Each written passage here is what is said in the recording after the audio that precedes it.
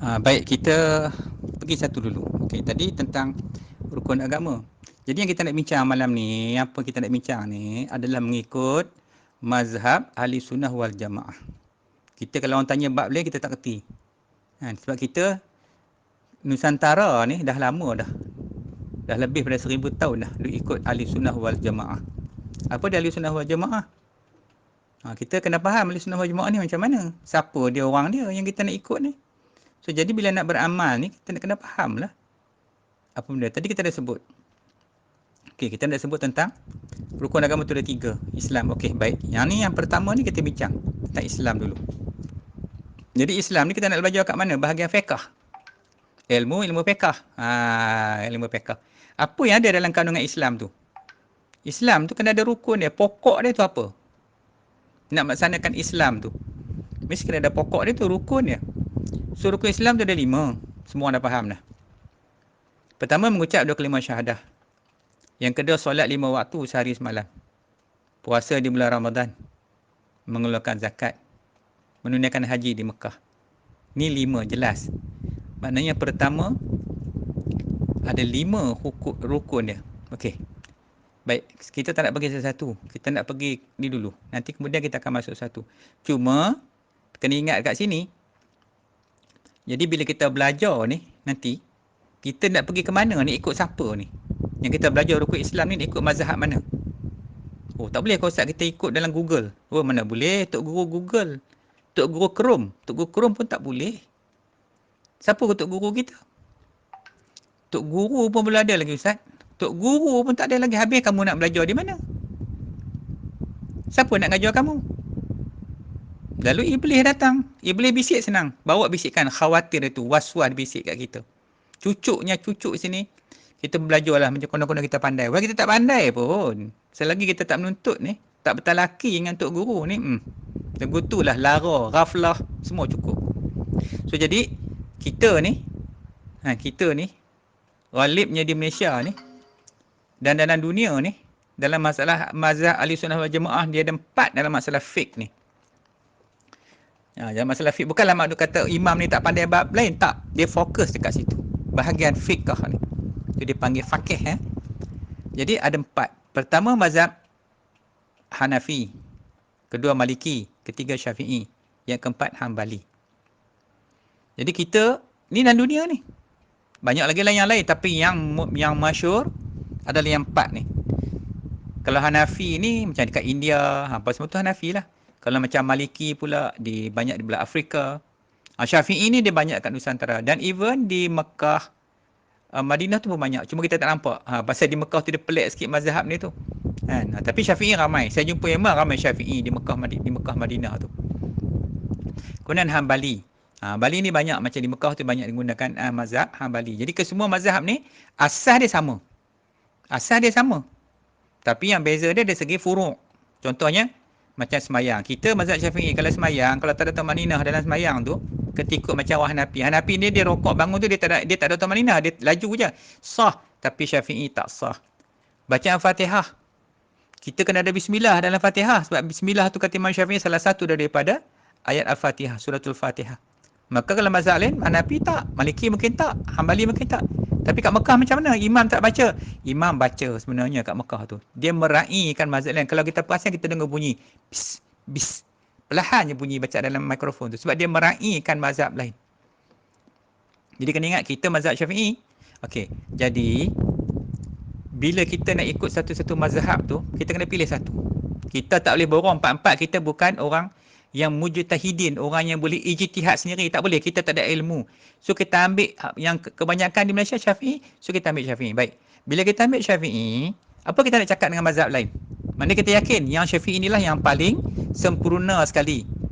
Kata kita gitu. Maka kita kena kata yang lain, yang 3 lagi itu tidak sempurna. Maka yang sempurna sekali pada kita mazhab Syafi'i. Manakala mazhab lain pula begitu juga. Contoh orang Hanafi, dia kata mazhab lain tak sempurna, maka dia ambil Hanafi. Tapi tak salah kalau kita nak pakai pun, kita pergi Mekah, kita nak tukar mazhab ke, contohnya nak berwuduk, takut batal lah kena masa tawaf tu, boleh, tak ada masalah, melainkan dengan syarat kita kena faham lah sikit bab-bab tu, ya. Okey. Ni yang kita nak kena faham baik-baik. Kemudian apa nama ni? Lepas tu macam mana kita nak tahu kita ni pengikut mazhab Imam Syafi'i? Imam Syafi'i kenal ke kita? Kenal ke kita? Kamu ni mazhab aku ya. Macam tu. Tak maunya Robi tu. Jadi kita kena mengaji lah. Yang kita mengaji ilmu ni, agama ni, ilmu rukun Islam ni, mengaji syahadah, solat, puasa, zakat, haji ni mesti kena ikut kaedah dalam Imam Syafi'i. Banyak dalam kitab dia, kitab yang masyhur sekali kita ada kita tengok. Berjedik-jedik pening kepala nak ngaji. Maka ulama-ulama orang Melayu hak hebat-hebat tu, dia tulis dalam kitab kuning tu, dia ubah balik, dia susun balik, susun. Bagi kita ni mudah nak beramal. Kalau syahadah macam mana, solat macam mana, tengok dalam Muhyiddin Musalli Syahdu Al-Fatani tu, dia tulis balik macam mana nak mudahkan kita. Dalam mudah-mudah tu pun pening kepala kalau kita mengaji. Nak faham macam mana kita nak duduk dalam takbir tu, nak masuk dalam semayang takbiratul ihram tu contoh. Kan? Kita nak takbir tu nak pakai kaedah apa? Nak takbir tu dengan muqaranah apa? Muqaranah basitah batal. Muqaranah tauzi'iyah batal.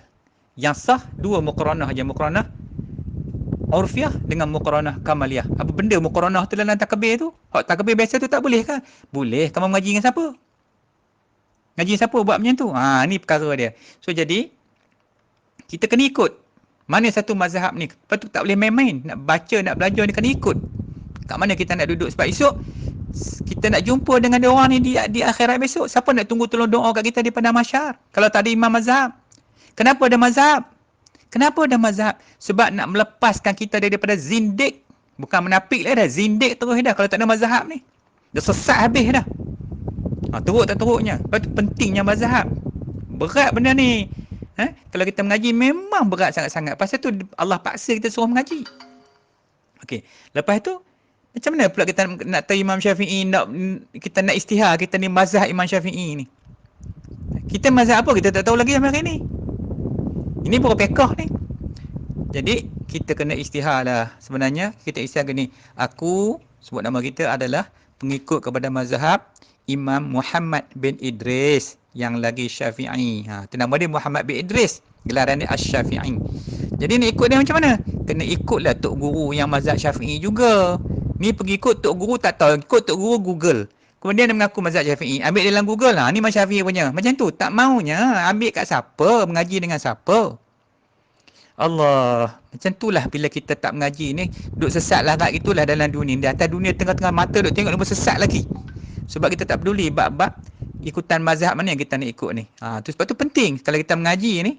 Allah. Tak tahulah kita tengok kita ni tak tahu duduk di mana. Boleh ke sampai ke Tuhan ke tidak. Dan kita dengan Imam Syafi'i itu jauh beza lah. 1200 tahun lebih. Okey. Ini baru bahagian fiqh. Ini bahagian fiqh yang rukun Islam tu. So nak kena faham rukun Islam tu. Semua tu wajib. Syahadah wajib. Kita bincang syahadah. Syahadah nanti kita akan bincang panjang lebar bab syahadah ni. Kita akan fokus pasal bab syahadah. Solat 5 waktu. Puasa. Zakat. Haji. Macam malam ni. Malam ni 10 Syaban. Macam-macam orang kata. Bida'ah lah macam-macam. Tapi sebenarnya Imam Ghazali itu tulis. Dalam kitab dia tentang ni. Dan banyak fatwa di Al-Azhar pun dah keluar fatwa bahawasanya malam ni boleh baca Yasin. Siapa yang tak baca lagi sekarang, bolehlah baca sebelum sampai pagi esok. Sempat tu baca je 3 kali Yasin tu. Kan? Benda tu baca nak buat amal. Tidak kalau tak baca, tak buat apa langsung. Dia tengok TV lah. Tengok TV tu tak bida'ah. Tak bida'ah kalau tengok TV tu. Dia tengok handphone tu tak bida'ah ke? Covid sana, Covid sini. Tak bida'ah. Kalau nak baca Yasin, bida'ah. Jadi kita tu soal ikut. Kita ni, sebab tu kita kena jelas kita pengikut mazhab mana dulu. Kalau mazhab Syafi'i, ikut cara Syafi'i. Kita mengaji betul pasal mazhab Imam Syafi'i. Lepas ni ada duit, pergi kedai, beli kitab-kitab Imam Syafi'i itu, simpan kat rumah sambil-sambil kita boleh tengok kitab tu. Wallahu a'lam.